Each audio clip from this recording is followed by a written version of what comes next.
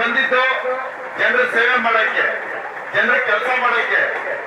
ನನ್ನ ತವರು ಮನೆ ಹೆಣ್ಣು ಮಕ್ಕಳು ನೀವು, ತವರು ಮನೆಯವರು ನಿಮ್ಮನ್ನು ಬಿಟ್ಟರು. ನಾನಂತೂ ನನ್ನ ಮನೆ ಉಸಿರಿರೋರ್ಗೂ ನೀವು ಬಾಗಿನ ಕೊಡೋದು ನಿಲ್ಸೋದಿಲ್ಲ, ಬಾಗಿನ ಕೊಡ್ತಾನೆ ಇರ್ತೀನಿ. ನನ್ನ ಹೆಣ್ಣು ಮಕ್ಕಳಿಗೆ ರಕ್ಷಣೆ ಮಾಡೋದು ನನ್ನ ಕೆಲಸ. ಸುಳ್ಳು ಕೇಸ್ಗಳಾಗಿಸೋದು, ಸುಳ್ಳು ಕೇಸ್ಗಳಾಕಿ ಜೈಲು ಕಳಿಸೋದು, ಅನ್ಯಾಯ ಮಾಡೋದು, ಇಲ್ಲಿ ಇರ್ತಕ್ಕಂಥ ನೆಮ್ಮದಿಯ ವಾತಾವರಣ ಕೆಡಿಸಿದ್ದಾರೆ.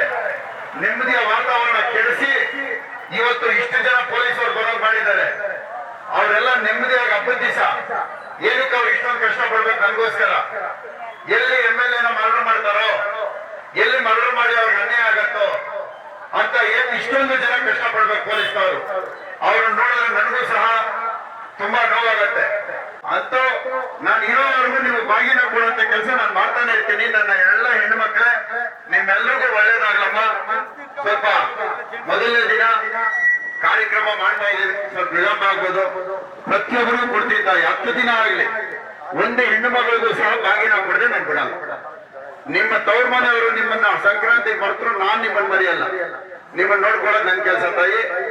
ಅದೇ ರೀತಿ ಇಲ್ಲಿ ನೀರಿಗೆ ತೊಂದರೆ ಇಲ್ದಂಗೆ ನೋಡೋದು ನನ್ನ ಕೆಲಸ, ರಸ್ತೆಗಳ ಅಭಿವೃದ್ಧಿ ಮಾಡೋದು ನನ್ನ ಕೆಲಸ, ನಿಮಗೆ ನೆಮ್ಮದಿಯ ವಾತಾವರಣ ಕಲ್ಪಿಸೋದು ನನ್ನ ಕೆಲಸ. ಏನ್ ಮಾಡ್ತೀರಿ? ಸಮಾಜ ಘಾತಕರು ಕೆಲವರು ಇಲ್ಲಿ ಬಂದು ಸೇರ್ಕೊಂಡಿದ್ದಾರೆ. ಆ ಸಮಾಜ ಘಾತಕರು ಬಂದು ಇಲ್ಲಿ ನನ್ನ ಮೇಲೆ ಹಲ್ಲೆ ಮಾಡೋದು, ನನ್ನನ್ನ ಹೊಡೆಯೋದು, ಇವೆಲ್ಲ ಮಾಡ್ತಾ ಇದ್ದಾರೆ. ಜನರು ಸೇವೆ ಮಾಡಕ್ ಬಂದವರು ಈ ರೀತಿ ಮಾಡಿದ್ರೆ ಭಗವಂತನೂ ಸಹ ಮೆಚ್ಚಲ್ಲ ಇಂಥವ್ರನ್ನ. ಎಲ್ರಿಗೂ ಒಳ್ಳೇದಾಗಲಿ ಹೆಣ್ಮಕ್ಳೇ. ಮತ್ತೆ ನಿಮ್ಮನ್ನು ಭೇಟಿ ಮಾಡ್ತೇನೆ. ನೀವು 10 ದಿನ ಕೊಡ್ತೀನಿ, ಯಾರು ಆತ್ರ ಬಿಡಬೇಡಿ.